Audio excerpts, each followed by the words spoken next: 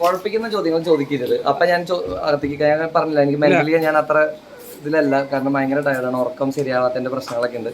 കുഴപ്പിക്കുന്ന ചോദ്യങ്ങൾ ചോദിച്ചാൽ ഞാൻ അപ്പൊ തന്നെ അകത്തേക്ക് കയറി പോകും. ഇല്ല കുഴപ്പിക്കുന്ന ചോദ്യങ്ങളല്ല. ഇപ്പോൾ ഒരു കാര്യം ചോദിക്കാനുള്ളത്, ഇപ്പോൾ ഈ എവിക്റ്റ് ചെയ്ത പ്രേക്ഷകരുടെ ഇതുകൊണ്ട് തന്നെ ഇതിൻ്റെ ഇടയിൽ നല്ല രീതിയിൽ ഇമോഷണലിയും ഹുക്കായിരുന്നു. അപ്പോൾ ആ എവിക്റ്റ് ചെയ്തപ്പോൾ എത്രത്തോളം വിഷമം വന്നിരുന്നു?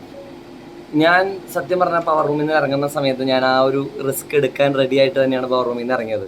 എനിക്കറിയാം ഒന്നില്ലെങ്കിൽ ഞാൻ പുറത്ത് പോകും, അല്ലെങ്കിൽ അകത്ത് നിൽക്കും. കാരണം പല ആഴ്ചകളിലായിട്ട്, ഒരുപാട് ആഴ്ചകളിലായിട്ട് ഞാൻ 5 പ്രാവശ്യം പവർ റൂമിൽ നിന്ന ഒരാളാണ്. അപ്പോൾ ഓട്ടോമാറ്റിക്കായിട്ട് എനിക്ക് നോമിനേഷനിൽ വന്നു കഴിഞ്ഞാൽ വരാത്ത ഒരാളായതുകൊണ്ട് റിസ്ക് കൂടുതലുണ്ടെന്ന് എനിക്കറിയാം. പക്ഷേ ഇത്രയും നോമിനേഷൻ ടൈറ്റ് ആവും എന്നുള്ളൊരു ചിന്ത എനിക്ക് ആ സമയത്ത് ഉണ്ടായിരുന്നില്ല. അതാണ് മെയിനായിട്ട് പറ്റിയ പ്രശ്നം.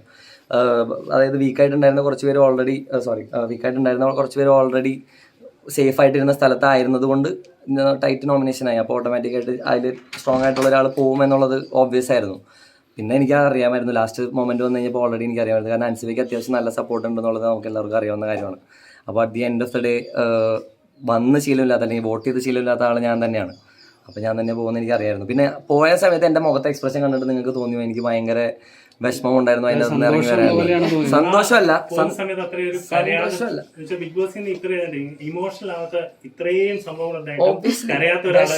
അല്ല, ഞാൻ അന്ന് നമ്മുടെ കൺഫെഷൻ റൂമിന്റെ മുമ്പിൽ ഉണ്ടായിരുന്ന ഒരു ഇൻസിഡന്റിന് ശേഷം ഞാൻ കരഞ്ഞിട്ടില്ല. നിങ്ങൾ കണ്ടിട്ടുണ്ടെങ്കിൽ നിങ്ങൾക്ക് മനസ്സിലാവും.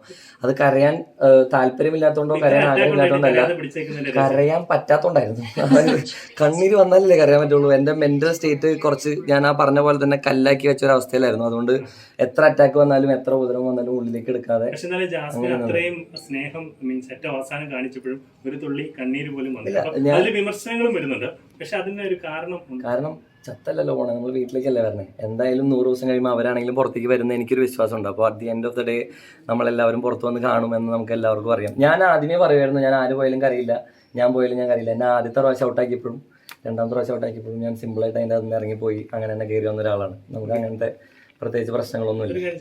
ചില സമയത്തില്ലേ നമ്മളിപ്പോൾ ജിൻഡോ ചേട്ടനുള്ള ഒരു സമീപനമാണെങ്കിലും അത് കുറച്ച് കടന്നു പോയി സംസാരത്തിലൊരു പുച്ഛം ഔട്ടിൽ പോയിട്ട് തോന്നാം. അതെന്താന്ന് വെച്ചിട്ടുണ്ടെങ്കിൽ അത് നിങ്ങൾ അതിന്റെ അകത്ത് നടക്കുന്ന എല്ലാം കാണാത്തതിന്റെ ഒരു പ്രശ്നമാണ്. അതായത് നമ്മൾ ലാലേട്ടൻ പറഞ്ഞ വാക്കാണ് നിങ്ങൾ എല്ലാവരും നോക്കുന്നത്, പ്രഷർ കുക്കർ.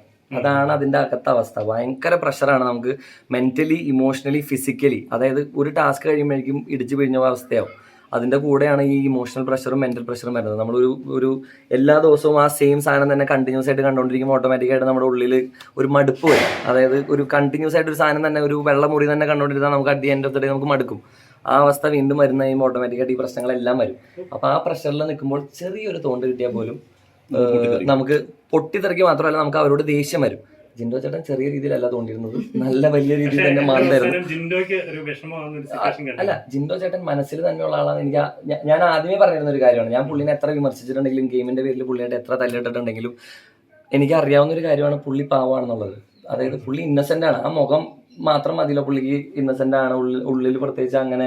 പിന്നെ ഗെയിം പുള്ളിയുടെ എനിക്ക് പേഴ്സണലി ഞാൻ അത്ര അക്സെപ്റ്റ് ചെയ്യുന്ന ഒരു ഗെയിമല്ല, എനിക്ക് എൻജോയ് ചെയ്തിട്ടുള്ള ഗെയിമല്ല. കാരണം പുള്ളിയുടെ സ്ട്രാറ്റജികളും പുള്ളി എടുക്കുന്ന രീതികളൊന്നും എനിക്ക് പേഴ്സണലി അക്സെപ്റ്റ് ചെയ്യാൻ പറ്റാവുന്ന രീതികളല്ലാത്തതുകൊണ്ടുള്ള അഭിപ്രായ വ്യത്യാസങ്ങളിൽ നിന്ന് വരുന്ന ദേഷ്യം മാത്രമേ ഉള്ളൂ, അല്ലാതെ ഒന്നും. സിബിനെ എവിക്ഷനുമായിട്ട് ബന്ധപ്പെട്ട് ഞങ്ങൾ വീടിന്റെ അകത്തുണ്ടായിരുന്നവരായതുകൊണ്ട് ഞങ്ങൾക്ക് അതിനെക്കുറിച്ച് വലിയ ഡീറ്റെയിൽ ആയിട്ടൊന്നും അറിയില്ല. Sibin actually was very down. അന്ന് ലാലേട്ടന്റെ ആ ഒരു എപ്പിസോഡ് കഴിഞ്ഞപ്പോൾ സിബിൻ ആക്ച്വലി ഇമോഷണലി ഭയങ്കര വീക്കായിരുന്നു. ഞാൻ സംസാരിച്ചിരുന്നു, അത് പുറത്ത് വന്നിട്ടുണ്ടോ എന്ന് എനിക്കറിയില്ല. ഞാൻ സംസാരിച്ചപ്പോഴും സിബിൻ എന്നോട് പറഞ്ഞത് ആ എപ്പിസോഡ് കഴിഞ്ഞപ്പോൾ എനിക്ക് വയ്യായിരുന്നു, എനിക്ക് പറ്റണില്ലടാ, എനിക്ക് വീട്ടിൽ പോകണമെന്ന് സിബിൻ തന്നെ പറഞ്ഞായിരുന്നു.